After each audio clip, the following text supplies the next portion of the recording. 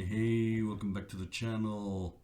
And today we're going to be seeing and reviewing the second episode of the Orville called Shadow Realms. And this is how you do it. This is how you do it. Over an hour Earth time. Writing by Brandon Braga, by the way, you might remember him from The Next Generation. Absolutely spotless.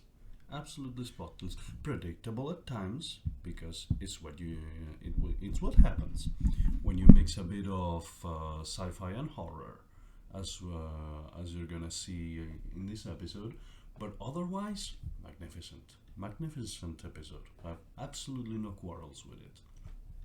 So the premise starts that the Orville is going to be the center of diplomatic talks with the frenemies, the Creel, because they want to explore an expanse that's just through their territory. And to that end, they're going to pick up a very high-profile diplomat, an explorer, Vice Admiral Paul Christie. Okay, so for that, it's pretty straightforward. They pick him up, and it turns out that it's an old flame of the Doctor, Dr. Finn, again on the spotlight, but more developed and in pretty interesting ways, I'd say. So they host this diplomatic thing, and the Admiral is wooing to get Dr. Finn back, but he didn't even know he had kids and everything. It's been a long time, but he feels lonely and such. So he tries, and it comes back to nothing, basically. The Krill reception is hosted. They have very nice words, even if the Krill are like, they put a lot of conditions in there for just a bit of exploring. It's natural, they take advantage because they can, and it's called diplomacy. And the Admiral gives like a speech and looks awkwardly at Dr. Finn. She kind of bails from the reception with the EXO, which Adrienne Palicki, looking nice as ever, by the way, incredible woman. And so yeah, they sneak away with a bottle of wine, and they kind of bond with each other, which is I found it was a nice scene, you know. So yeah, basically the Krill grant them the rights to exploration, but they warn them that demons inhabit in that expanse, and it is forbidden, and they will never rescue them if something happens to them. And oh boy, were they right in the end.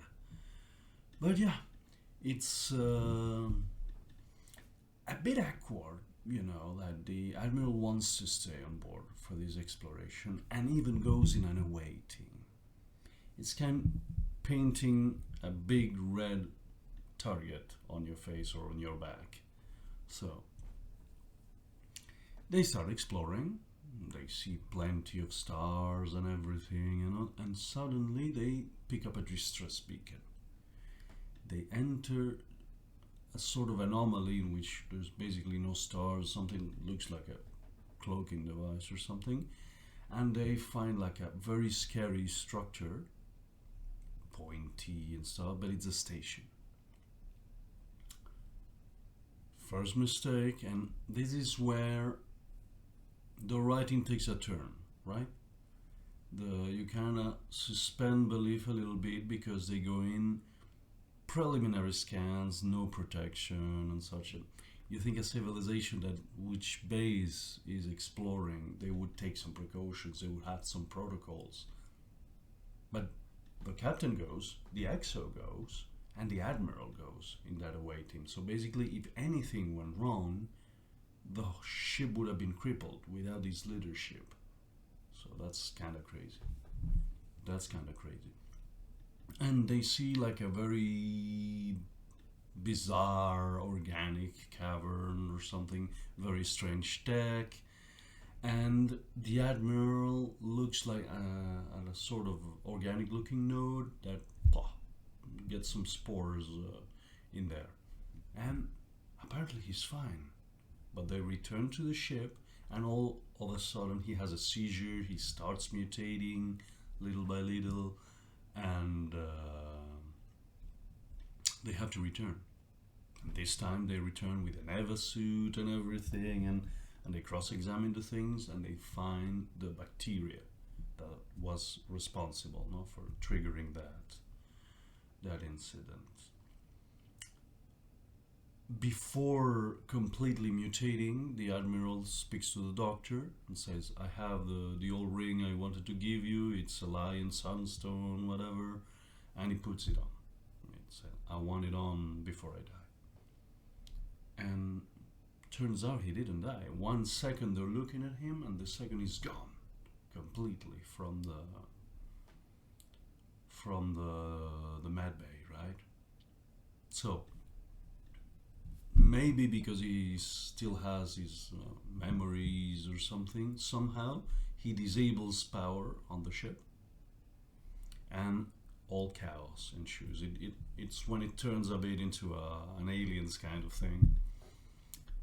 And the CGI of the monsters, kind of arachnids, biped and such, could have been better, but in the end, you realize there is a budget to a thing, and props would have been more difficult to move, even if they would have been better looking.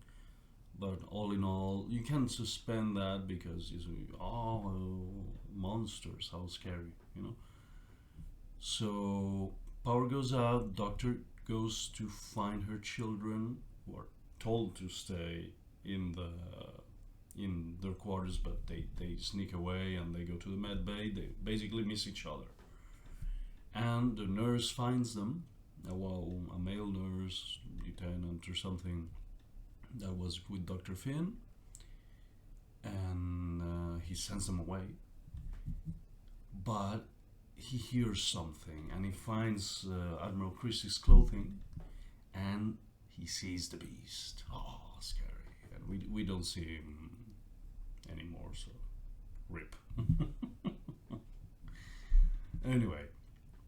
So yeah, Dr. Finn and the kids miss each other. The kids see one of the aliens, because one of the aliens in the mass. They're very scared. A red shirt comes in, and this lieutenant is just the beast or the alien catches him, and he turns him. Like he spits on him like a mucus, and it's like a turbo mutation. He turns him right away, right? So they really run away, and thank God the kids get out of there alive, poor things. Lieutenant Lamar, the chief engineer, restores partial power, but the aliens are beginning to turn the crew of the ship, so he gets stalked by a couple of them. He manages to lock himself into the brig to survive them, so they can't get to him. But it's strange, because if the Admiral had cut power to the station, the others should have still retained a bit of knowledge of technology and such, but they do not. They do not. It's gonna be Isaac. Oh no, wait. Before that, Lieutenant Tala, the chief security, will fight with a few of them, and even manage to kill one. She's going to bring one to the med bay now that they have partial powers, so that they can begin working on a cure, or at least something to kill these aliens, right? Isaac then finds Lamar in the brig. He saves him, and they begin working on the rest, right? Now, this all works very fast. For frankly an hour airtime, it's pretty good. The away team was trapped outside, So the captain and the XO, they were trying to get back into the ship, which they do like in an emergency protocol and such, and that they basically return to the bridge all safe and sound. No news from there. But the doctor realizes that the aliens' defenses are very low. Their white cell count is very low, so a common cold could kill them if they release it, and it would be absolutely non-lethal for the crew. So Dr. Finn locates via the ring, locates Paul Christie, the admiral that's mutated, and they realize he still can be talked to. He retains conscience or something, but he's like become something more. He's part of a collective mind or something. And he says, you either go or we kill you.